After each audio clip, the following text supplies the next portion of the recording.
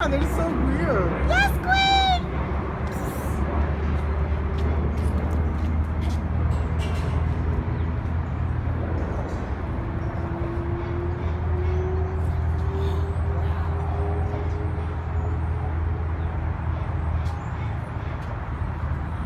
Yes, bitch. She's like, viva, live it. This one's over here contemplating life.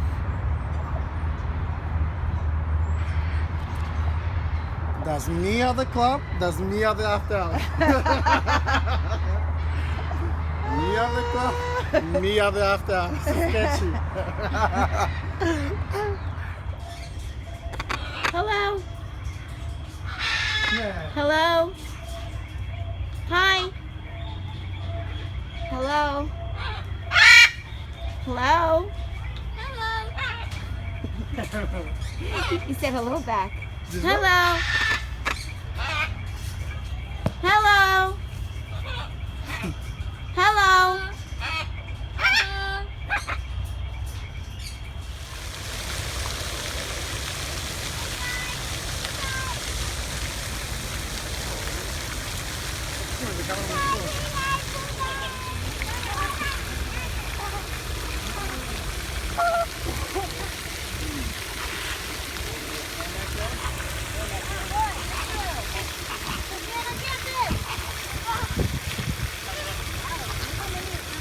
We're like real New Yorkers. We have no cash to buy quarters, to buy pebbles.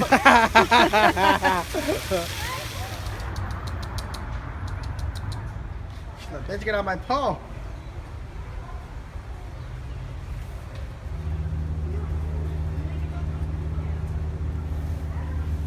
Oh.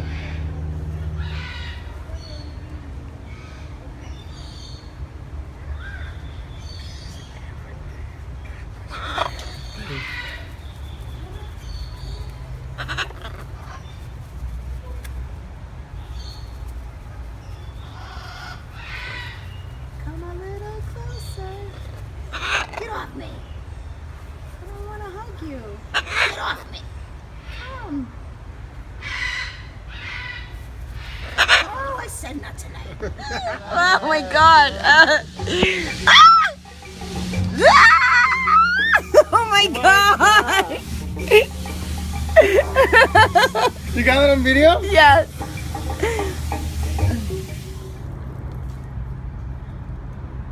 Smart guy.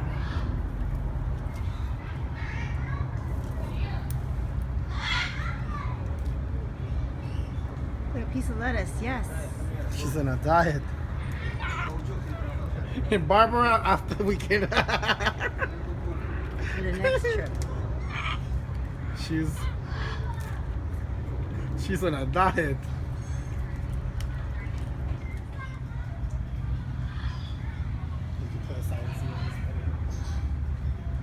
Yes, dog. Touch the skin, honey. Touch it. Touch all of the skin. Oh.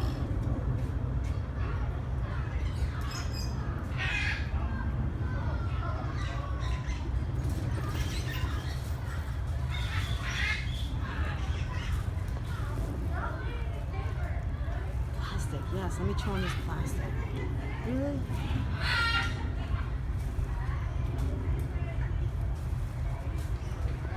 Whoa, parking out here. What is it, Captain? It's a rescue party. They found We us. can finally go home. But before we go, allow me to introduce everyone to all the friends we've made. Like this beautiful blue and gold is Beyonce. And these two scarlet macaws are Jasper and Athena. Hey, why don't we tell everybody how they got to know the birds? That's a good idea. Well, guys, when we first got to the island, we really didn't know much about the animals. But then a few things did wash ashore, including this bird book. It's kind of like a bird encyclopedia. Now, from this book, we learned that there are over 9,000 different species of birds on the planet. And that's just species, which means there are literally millions of birds all over the world. What's your name? This is Rio, everyone. Yeah. That's right. Now Rio here is a Calaveras macaw. Macaws that can be found in the South American rainforest. Now macaws, can you bark? Okay, that's a pretty good dog impersonation. Well, let's try that same big dog and let's add fleas to make it more real. Can you bark? Don't forget the fleas. Get him, Rio. Yeah, that's pretty cute, but you know, guys, living on an island, it seems like a lot of fun, but there's some hard stuff too, like waking up in the morning without an alarm clock. But Rio helps out with that. Every morning, he'd wake us up like a rooster. Uh-huh. That's right, Andy was being so helpful, I thought I'd see how I could help him out. So I noticed he's a little shy around the ladies, so I taught him a little trick to get their attention, and, well, Mammoth's been looking at you the whole time. Hey, Rio, do you think she's pretty? Wow, well, you guys, let's hear it for Rio the Calaveras macaque.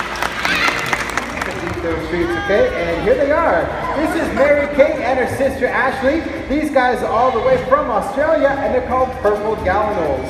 Now, the cool thing about these guys is that they're actually able to walk across floating objects.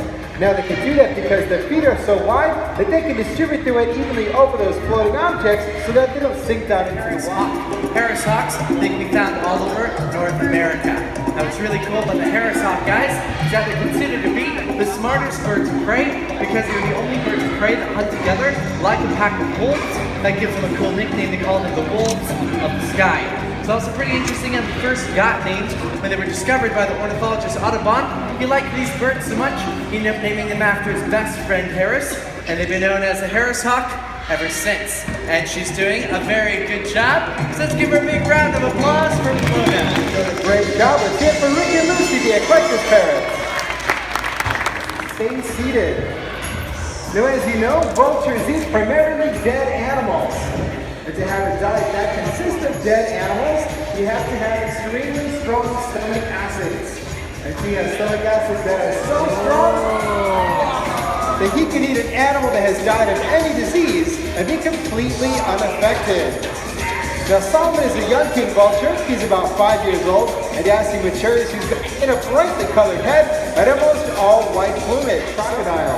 Except he doesn't use that second set of eyelids to protect his eyes from water. Since he doesn't swim, he'll use that second set of eyelids to protect his eyes from blood while he's eating. And he's doing a great job. Let's hear it for Solomon, the king vulture. Crocodile. Except he doesn't use that second set of eyelids to protect his eyes from water. Since he doesn't swim, he'll use that second set of eyelids to protect his eyes from blood while he's eating. And he's doing a great job. Let's hear it for Solomon, the king vulture. Stuff, and that great feather dress is brought to you by Versace. Now Miss Ava here, she is a young crane. As she matures, she can grow to the height of 6 feet tall, and that makes the Saurus crane the tallest flighted bird in the world. Now, a very unique history about the Saurus crane is a few thousand years ago, while the martial arts were developing, fighters would actually watch the Saurus cranes fight amongst themselves, and that's how the crane style of martial arts came about. Now, Miss Ava here, she also has a pretty cool bird call, and we're gonna check this out, so here we go. That's pretty cool, yeah? All right. Well, like any diva, Miss Ava, she also has her own professional cook and her own personal trainer. That's me. And now it's time for us to get jogging. Let's hear it one more time. Liza is a ground hornbill. Ground hornbills are native to Africa, but they can also be found in India and through Asia. Now, the first thing you notice about Liza is the shape of her beak. It's shaped kind of like a pickaxe, and they use it in basically the same way. They use it to chop the wood to make a nest for their young. They're even known to use that powerful beak of theirs to hollow out whole trees and logs and use that as their nests. Now, the hornbill family is pretty unique. They're the only birds that have vertical flight. Now, they have that for 2 reasons. Number one, they have very powerful legs. They can launch themselves up into the air to 4 to 5 feet just with their legs. And then they can also change the angle of their wings. Checking things out, here it comes. All right, this is Stymie. Stymie is a sulfur-crested cockatoo. Cockatoos, they can be found in Australia. Hi, Stymie. Hi, sexy. Well, thank you, Stymie. I'm gonna need your help, okay? Okie dokie. Now, before we got started, we had volunteers get picked out. You guys are already in position and ready to go. Stymie's gonna fly through hoop 1, 2, 3, back to me, and the rest of you guys can help us out. The louder you cheer him on, the faster he'll fly. So hoop 1, you're gonna just face me. Hoop number 3, you're gonna face those windows up there. All right. Basically, everyone's all right. You ready, Stymie? Are you sure? Okay, here we go. 1, 2, 3, go! Hoop 1, hoop 2, hoop 3, and back to me. dangerous. Simply, you handle that. Now guys, cassowaries, they can be found in northern Australia and New Guinea. But what's really cool about them is that they are the closest living relative to the Velociraptor. So if you guys ever saw Jurassic Park, she might look a little familiar. Now cassowaries, they are omnivores, and that means they'll eat whatever they want. Luckily for all of us, they prefer to eat fruit. Now in the wild, they'll look on the ground. In the wild, an Andean condor can reach a weight of 45 pounds and have a wingspan of 14 feet. Cinderhead weighs 25 pounds and he has a wingspan of 10 feet. Now there are several rumors from condor. One is that he'll swoop down to villages, pick up little children, carry them back to his nest, and then eat them alive. But that's just a myth. The Andean condor is a vulture and will only eat dead animals. So unless you're dead, you got nothing to worry about. Plus, his feet are webbed kind of like a turkey's. He can't actually pick up anything and carry it.